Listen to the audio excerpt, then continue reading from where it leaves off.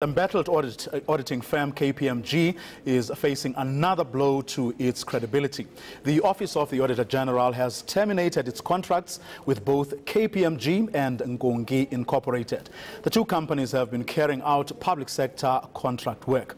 Auditor General Kimi Makwetu says the firms pose significant risks to the reputation of his office. eNCA's Thulasizwe Simelane is tracking the story for us, and he joins me now. Thulas, something I found very instructive in the statement that was released by the Auditor General's office. It says the core pillars that define the foundation of our profession are independence, professional competence, and ethics. Once these have been fundamentally impacted, we are called upon to review and reassess our position, which to me suggests that he says these people have acted unethically and their professional competence is, leaves a lot to be desired. Well, certainly the statement is based on what's been reported in the media around these two companies, in particular in the last few days. If you remember, a few days ago, KPMG announced the resignation of two partners after, an investigation, after they came under the spotlight for their role in the audit of VBS Bank, that bank based in Limpopo that is under, tremendous pressure. So KPMG did some external audit work for that bank, VBS Bank, and these two partners, their position came under scrutiny. They ended up resigning while facing a disciplinary process, but also facing probes by such people as the South African Institute of Chartered Accountants. And in the wake of that, this is just the latest body blow to a company that has taken so many blows. Who can forget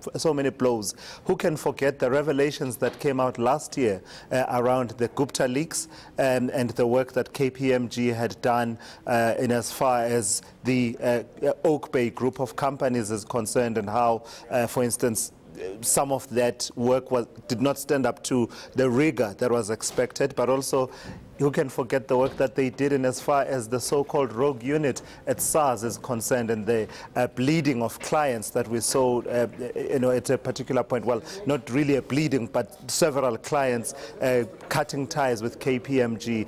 Kimi Makwetu at that point and the AG's office took a position that says, for now, we will continue with the work that we are doing with KPMG in as far as the work that had already started in the various entities and government departments that we audit. But it seems the latest scandal that has broken out has really been the last straw for the AG's office, and they're deciding, contagion, that word, that we don't want to have reputational damage that comes from being associated with this particular firm. What about Nkonki, though?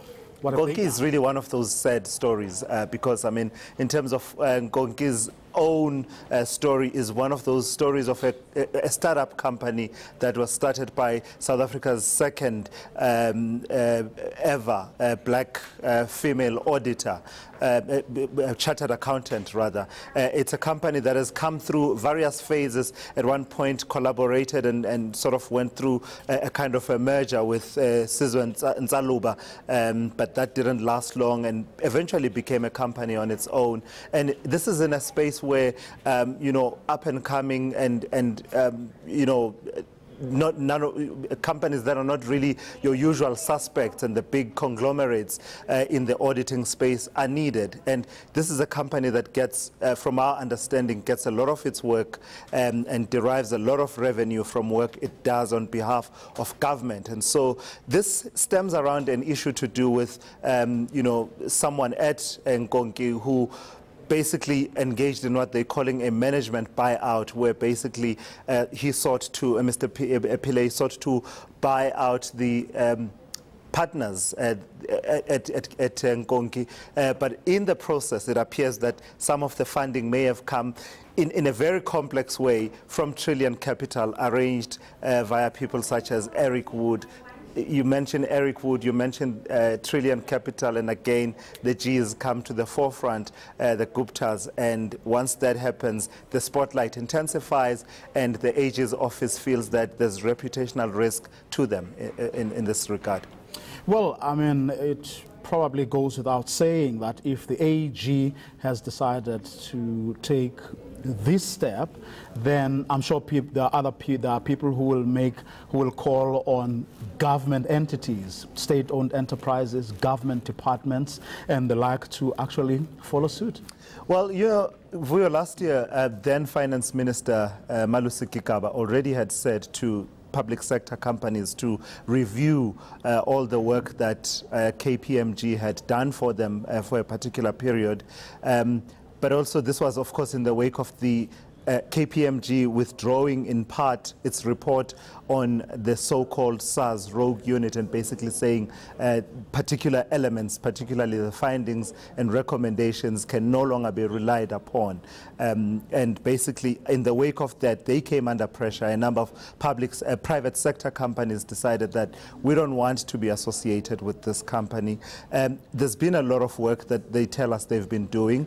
Ntlamu Dlomu has been at the forefront, came in to basically try and steady the ship, but it seems really she has her work cut out for her because, you know, for a few months it appeared that they were off the headlines and they could carry on the work that they have to carry on without the glare of the public media. But these resignations of these two partners and now this decision by the AG again returns the spotlight firmly on KPMG. So it's a really tough period for them. One of the measures that they are saying they've undertaken is they're calling it an unprecedented review of the work done by their partners in the last, I think, the last 18 months or so. Let's see what comes from there. And they're saying they are hoping that the AG's termination of the relationship is only temporary and that in the coming months, as they carry on their work to regain trust and public confidence, they'll be keeping the AG appraised of what work they are doing.